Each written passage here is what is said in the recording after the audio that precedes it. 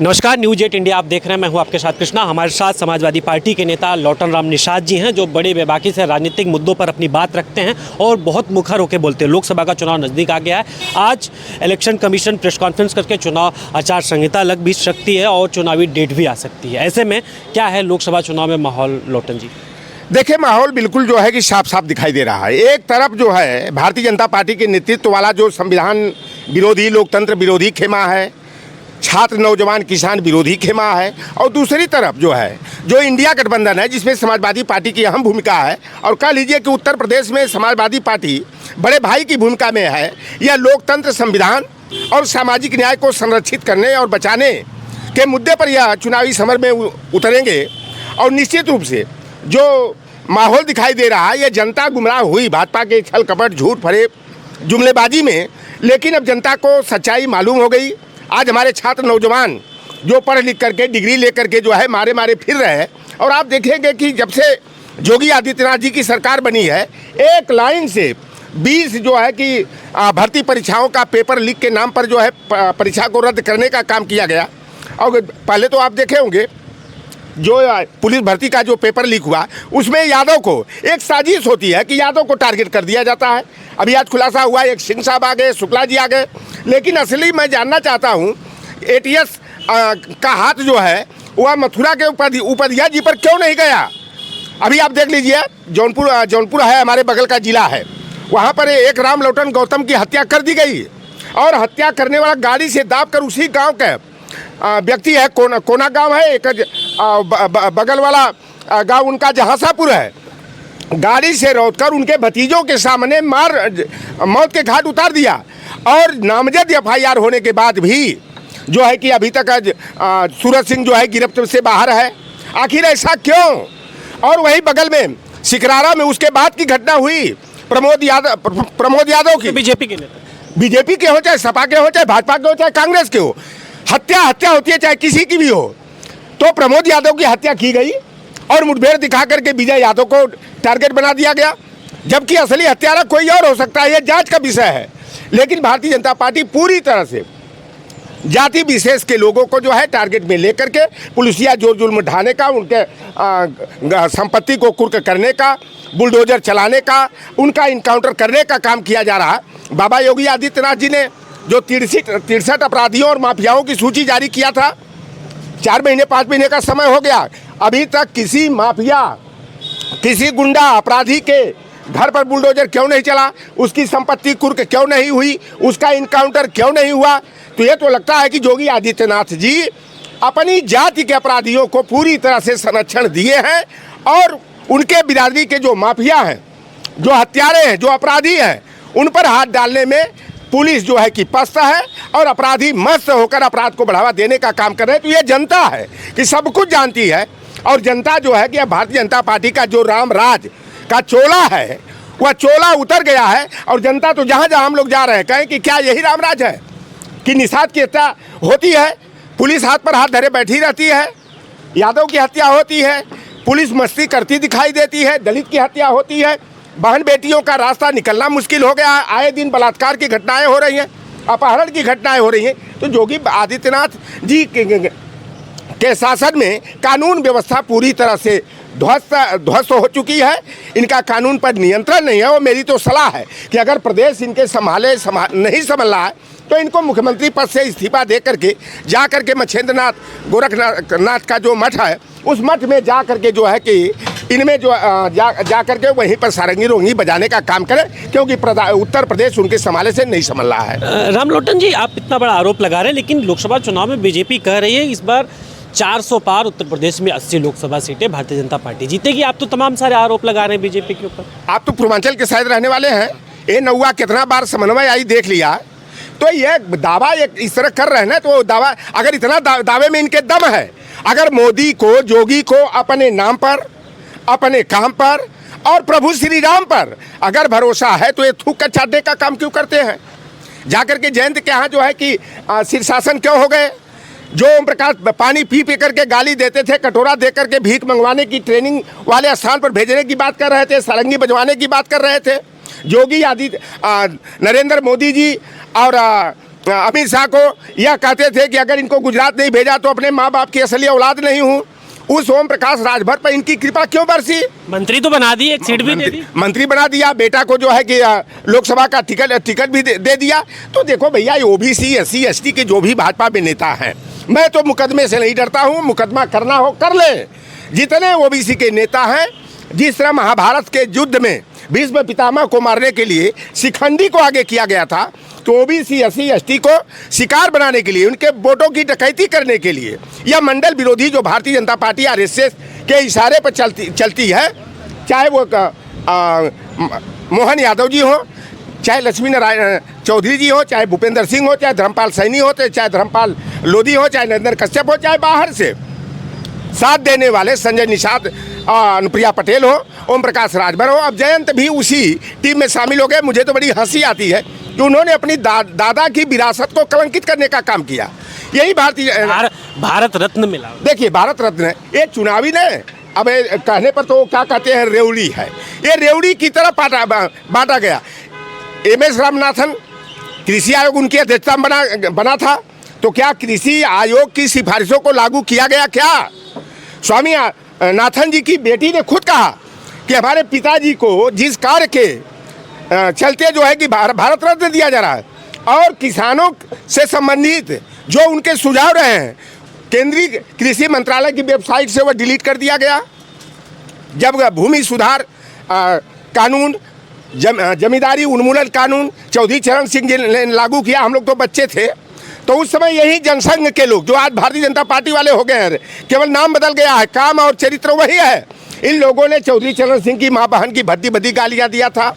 आज चुनाव के बेला में ओबीसी और किसानों का, जाटों का वोट हड़पने के लिए चौधरी चरण सिंह को भारत रत्न दे रहे हैं। कर्पूरी ठाकुर जी जब 1978 में 27% ओबीसी को 3% महिलाओं को आरक्षण दिया, तो यही जनसंघ के लोगों ने भद्दी भद्दी गाली दिया था कि ये आरक्षण कहाँ से आइल, कर्पूरिया का माई बहन भी आइल, कर्पूरिया कर्पूरा दाढ़ी बना ले उस्तुरा।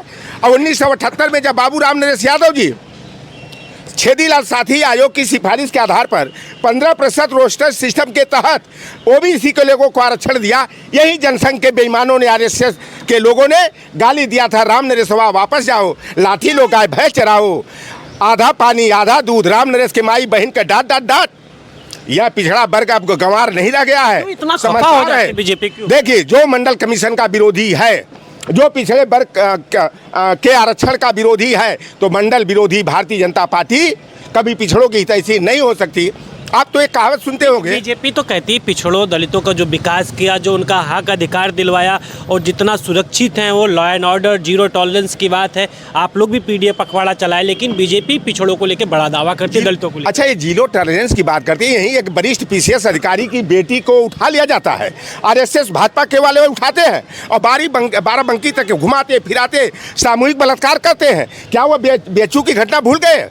3 भारतीय जनता पार्टी के IT सेल के दरिंदों ने उस बेटी को आबरू को तार तार करने का काम किया, और भारतीय जनता पार्टी उनको बचाने के काम में जुटी रही। 1-2 घटनाएं हैं।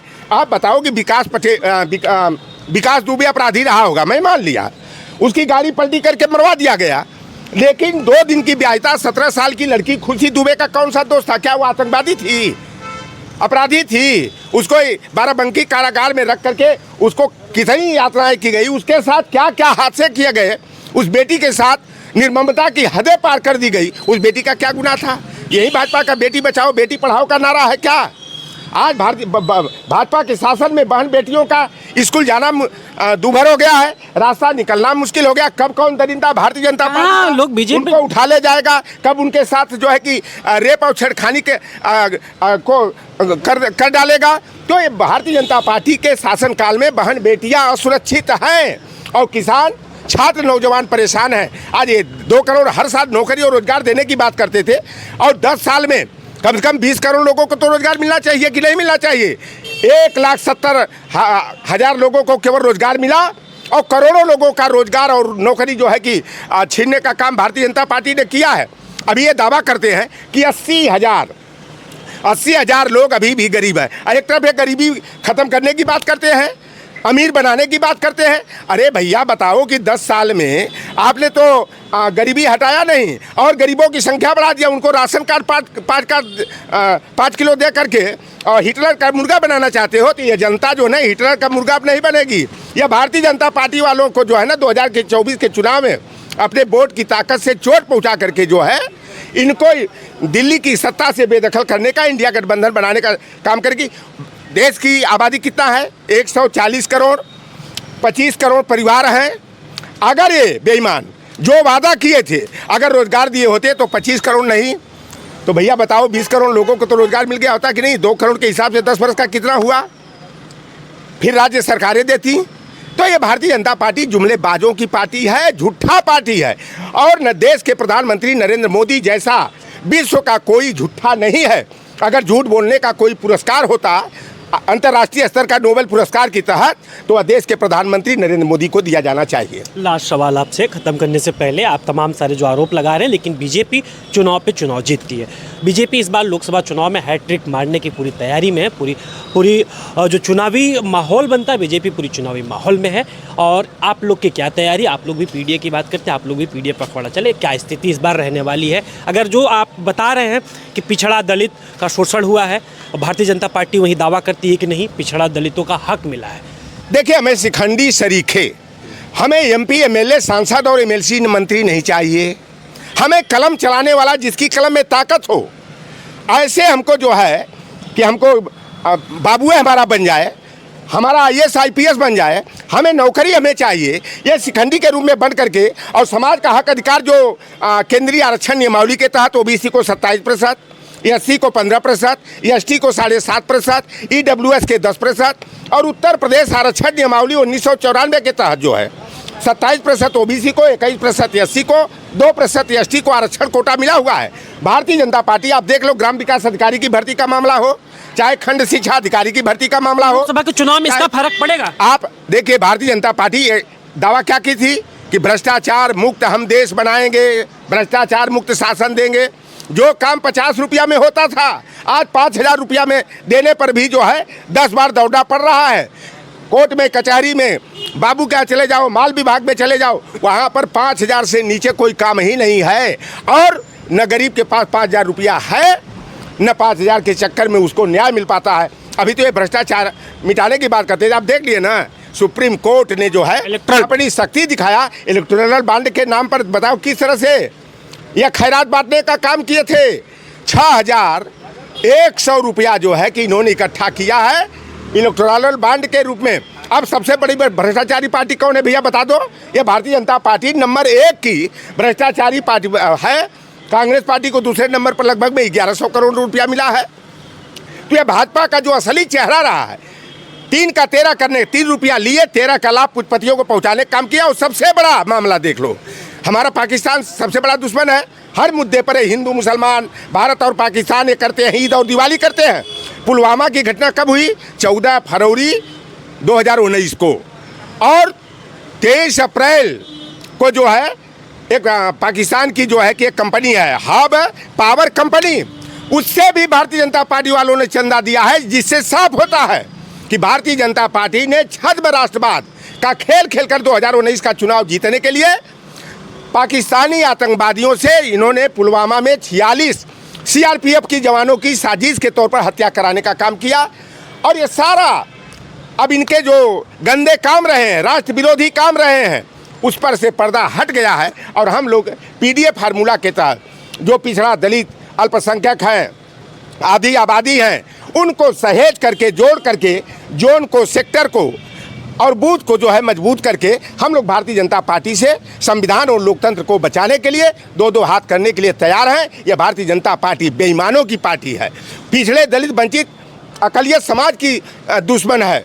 और यह कुल मिलाकर के गुरु गोलवलकर की 2 किताबें, bunch of thoughts, we are our nationhood defined, में जो ओबीसी, एससी, एसटी, माइनॉरिटी और महिला विरोधी नीतियां हैं उनको पूरी तरह से लागू करने का और बाबा साहेब भीमराव अम्बेडकर के संविधान को खत्म करके स्त्री शूद्रोन्नध्यताम यानी वर्ण व्यवस्था आधारित मनुस्मृति के विधान को लागू करना चाहते हैं। और यह बहुजन वर्ग के लोग जो है भारतीय जनता पार्टी को जो है कि 2024 में यह लाख षड्यंत्र कर लें, लेकिन अब इनको जो है सत्ता से बेदखल करने का जनता पूरी तरह से मन बना ली है। यह निर्वाचन आयोग को भले कठपुतली की तरह अपने अंगुली पर नचाने का और उसकी संवैधानिकता पर प्रश्न खड़ा करने का काम करे, लेकिन जनता है कि सब कुछ जानती है। अपने वोट की ताकत से चोट पहुंचाकर 2024 में इनको धूल चटाएगी नाक रगड़वा करके। और जो मोदी जी को, शाह जी को जो है गुजरात में कच्छ और खंभात की खाड़ी है, वहीं जाकर कहीं छिपेंगे, क्योंकि भैया तुम दूसरे पे ईडी सीबीआई आईटी दौड़ा रहे हो, तो हाथ बांध करके पीछे से मुसूक चढ़ा करके इन लोगों को भी काल कोठरी में बंद करके जवाब मांगा जाएगा। बहुत बहुत धन्यवाद। हमारे साथ राम लॉटन निषाद जी थे, जो समाजवादी पार्टी के नेता। आपने सुना कि कितनी बेबाकी से भारतीय जनता पार्टी के ऊपर जब हमलावर हुए और तमाम सारे मुद्दों पर बहुत मुखर के बोले।